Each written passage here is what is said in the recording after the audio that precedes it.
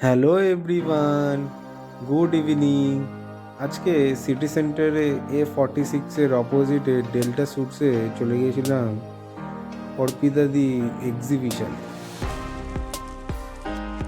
আমরা মোটামুটি কম বেশি সবাই চিনি ইনসাইড আউটে অর্পিতাদিকে। ওনারই একটা বুটিকের এক্সিবিশনে চলে গেছিলাম আমরা ডেল্টা স্যুটসে। কলকাতায় ওনার একটা বুটিক আছে বিয়ন্ড 6 ইয়ার্স বলে। সেখানে অনেক দিন থেকে আমার ওয়াইফ যেতে চেয়েছিল, কিন্তু যেতে পারছিল না সময়ের অভাবে। তাই আজকে দুর্গাপুরে এক্সিবিশনটা হওয়ায় আমরা দুজনেই চলে গেছিলাম ওনার সাথে দেখা করতে এবং বুটিকের কি কালেকশন আছে সেটা দেখতে।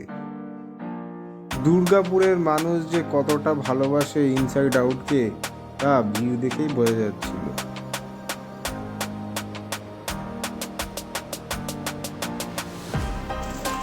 ওনার এক্সিবিশনে এসে খুবই ভালো লাগছিল।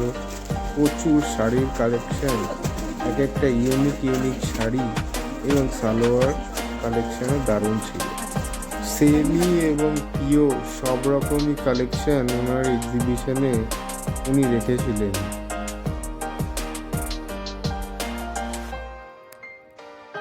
ওনাদের ওখানে গিয়ে সত্যি আমাদের খুবই ভালো লাগলো।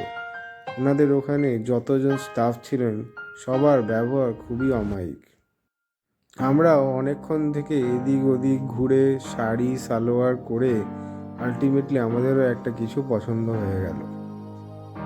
পছন্দ হয়ে যাওয়া জিনিসটা নিয়ে চলে গেলাম লাইন দিয়ে বিল করাতে। বিল করানো কমপ্লিট। এবার একটু দিদির সঙ্গে কথা। স্টোরে যাওয়ার খুব ইচ্ছে। প্লিজ এখনো যা, আমরাও নিউ টাউনেই থাকি। আচ্ছা, কোথায়? আমরা অ্যাকচুয়ালি টুতে থাকি। আমরা তো টুতে থাকি। আচ্ছা, আমরা একদম ইকো পার্ক 4 নম্বর গেটের অপোজিটে। ওই মালঞ্চুর স্ট্রেচটাতে না, Nawabpur bus stand. Nawabpur bus stand, একদম ওখানে। তো আমাদের যাওয়া হয়ে ওঠেনি, আমার হাজবেন্ডের জবের জন্য আমাদের এখানে থাকা। তো যখনই যাই 2-3 দিন গিয়ে আবার চলে আসা হয়।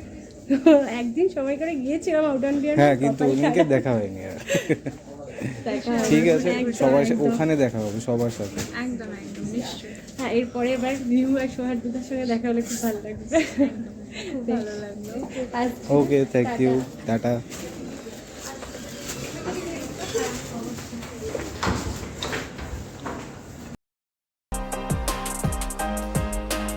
কেমন লাগলো কিনে? স্টোরে যাওয়ার ইচ্ছা ছিল অনেক দিন থেকে, কিন্তু আমাদের তো কলকাতায় গিয়ে বেশি দিন থাকা হয় না, তাই যাওয়া হয় না। ওরাই এখানে এসছে, এক্সিবিশন করেছে, ভালো লাগলো।